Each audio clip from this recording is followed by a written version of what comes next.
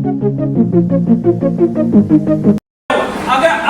एक 10 मिनट के बाद रेस्क्यू की एम्बुलेंस पहुंच जाए और उसके पास ये डिफिब्रिलेटर मौजूद हो और वो डिफिब्रिलेटर लगा ले और कोशिश करे कि दिल दोबारा पंपिंग शुरू कर ले, तो आर्गन वहाँ पे डैमेज है, रिजल्ट मिल जाएगा? नहीं मिलेगा ना, क्योंकि 10 मिनट पहले वो आर्गन पहले ब्रेन जो था वो डेड हो गया, उसके सेल्स डेड हो गए, किडनी फेल हो गई है, उसके सेल्स डेड हो गए। तो अब वहाँ पे डिफिब्रिलेटर अप्लाई करने का मकसद ही कोई नहीं। तो डिफिब्रिलेटर जब कम्युनिटी में लोग इसको सीखेंगे, वो अप्लाई करेंगे, तब जाके आप डिफिब्रिलेटर को अप्लाई करेंगे तो बचने के चांस। डिफिब्रिलेटर क्या है? एक मशीन है। क्या है? एक मशीन है। कौन सी मशीन है? इसको हम कहते हैं AED। क्या कहते हैं इसे? AED, automated external defibrillator. Automated external defibrillator. Automated वो मशीन होता है जो कुछ काम खुद करता है, इंस्ट्रक्शन आपको देता है, काम आपने उससे करवाना होता है, ये ऑटोमेटेड होता है। एक होता है ऑटोमेटिक जो खुदकार होता है, जिससे तमाम काम खुद करना होता है। एक होता है मैनुअल, जिससे आपने काम लेना होता है। तो ये मशीन ऑटोमेटिक है, ये इंस्ट्रक्शन आपको देगा, काम आपने करना। क्लियर है? एक्सटर्नल होता है, बाहर से आपने इस मशीन को लगाना होता है, इसके पैड्स बाहर लगते हैं। जैसे अभी प्रोजेक्टर मौजूद नहीं है ताकि मैं उसके पिक्चर आपको दिखा सकूं। तो ये डिफिब्रिलेटर, इसको हम इस वजह से कहते हैं कि ये हार्ट की इस फिब्रिलेशन को दोबारा अपने सिस्टोलिक और डिस्टोलिक फंक्शन में लाने की ताकत रखता है।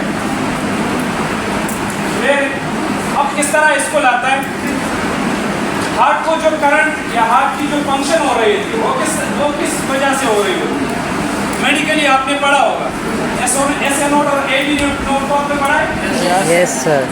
ये करंट जनरेट कर रहा होगा ना हार्ट को, उसी वजह से दिल पंपिंग कर रहा होता है। उसको उसकी फंक्शन जो है वो सिस्टोलिक और डिस्टोलिक वो मेंटेन रहती है।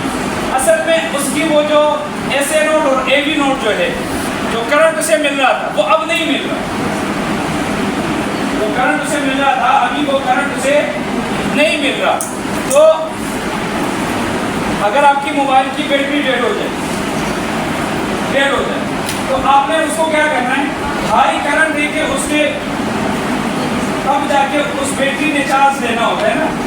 अगर आप उसको चार्ज पे भी रख ले तो वो चार्ज नहीं होता जब तक आपने उसको हाई वोल्टेज करंट ना दिया हो, आपने शॉक उसे ना दी हो। मेरी बात समझ आ रही है आपको?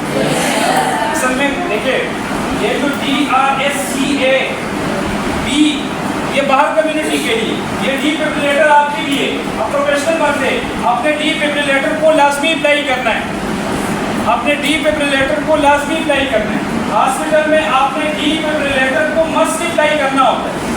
आपको पता होना चाहिए कि डिफिब्रिलेटर मैंने कब अप्लाई करना है और किस तरीके से मैंने डिफिब्रिलेटर को अप्लाई करना है। समझ आ रही है?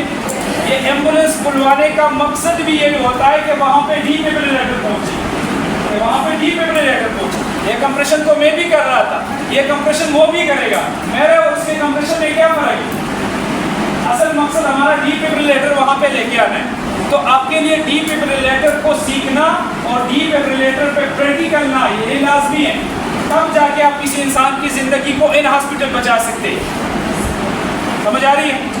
तो इसमें एक आता है फिक्स जाउल में, उसमें करंट होता है फिक्स जाउल, 300 जाउल उसमें करंट फिक्स होता है। वो शॉक देता है 300 जाउल का प्रॉपर। लेकिन अगर आपको एडजस्टेबल AED मिल जाए, एडजस्टेबल, एक होती है एडजस्टेबल जिसमें हम जाउल्स को एडजस्ट कर सकते हैं।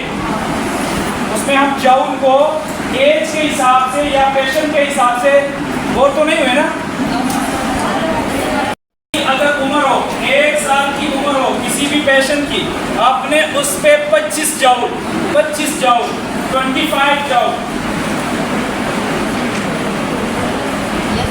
एज अगर उससे 1 साल ऊपर हो, 2 साल, तो हर एक ईयर के हिसाब से आपने 5 को उसके साथ प्लस करना है, 5 को उसके साथ प्लस करना है। मतलब अगर किसी पेशेंट की उम्र 30 साल तो ये कितनी होगी? 250 और 25 पैसे के कितनी होगी 275। तो 275 जाऊल आपने उसको एडजस्ट करना है। फिल्में देखी आपने, एग्जाम में देखी किसने, करता है रोड पे, एम्बुलेंस पहुंचती है, एम्बुलेंस से साफ भी करती है, वो अपने साथ दो इसी टाइप चीज़ों को लेके और शाहरुख खान के चेस्ट पे इस तरह रखती है। एक झटका लेता है उसे, दूसरा झटका देते हैं दोबारा, तीसरे झटके के साथ शाहरुख खान को वो जिंदा होता है। तो ये आपने फिल्मों में देखा है, अपने शुक्र और अल्हम्दुलिल्लाह प्रैक्टिकली खुद किया हुआ है। मरीज को वहां से डेट रिकवर करते हुए जब हॉस्पिटल पहुंचे तो उस बंदे को अपने पैरों पे वार्ड पे हमने शिफ्ट किया हुआ। तो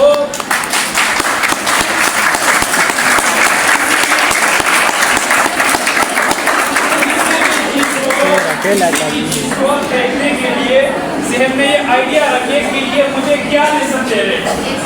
ये EAD को अप्लाई करने का मैसेज आपको दे रहे हैं कि आप इसको अप्लाई कर लें।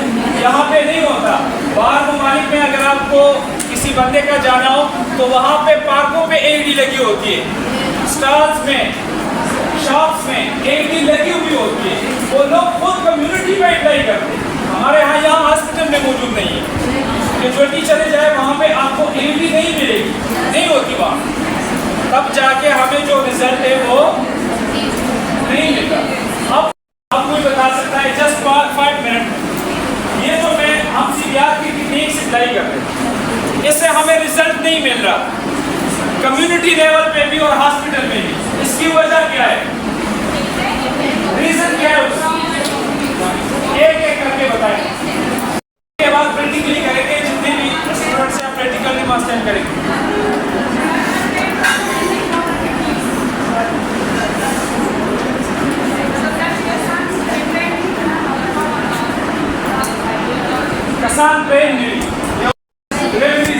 सर पटाइम माने स्टार्ट नहीं CPR टाइम माने CPR ने स्टार्ट की ड्रेम चलो कंप्रेशन सही नहीं इंजन पर लेट सरफेस की पर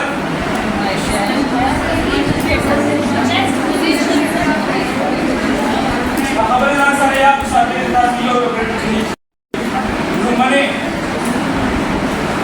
तो CPR तपारा सख्त और हमवार स्मका या सरफेस दा दूर न बनेश तो बेड को बोन बनरम से की CPR ने की मंगशरिम CPR तपारा मरीज प्लेट और हार्ट सरफेस अंदर जरा कुछ करे जे पकम बेड बाने अगसावर का बस पागे वो कम को CPR को जैसा कम कंप्रेशन वर्के दा पंप पक्का तजी हार्ट पंप भी कई न दसरा तो मने गलत ठीक शो वे तमाम दलास द कंप्रेशन पोजीशन आगनी ची कम ज़बानी Mongla the compression proper position का जब हम यो कंप्रेशन को रेप्स न टकारी आवाज राशि मुंबई वो जजी माती वली जजी माती की जगह जस्ता लोकेशन पर आग ज़बानी दे चे कम रेप्स दी और रेप्स के तुमरा इलास्टिसिटी निश्चित जस्ता 2 इंच स्ट्रिप बर्दाश्त करी दामुन चे कम से इलास्टिक स्टर्नम दे और स्टर्नम तक कार्टिलेज न जोड़ दे बाहर के तुमरा इलास्टिसिटी जरा दोबारा रिक्वायर्ड शी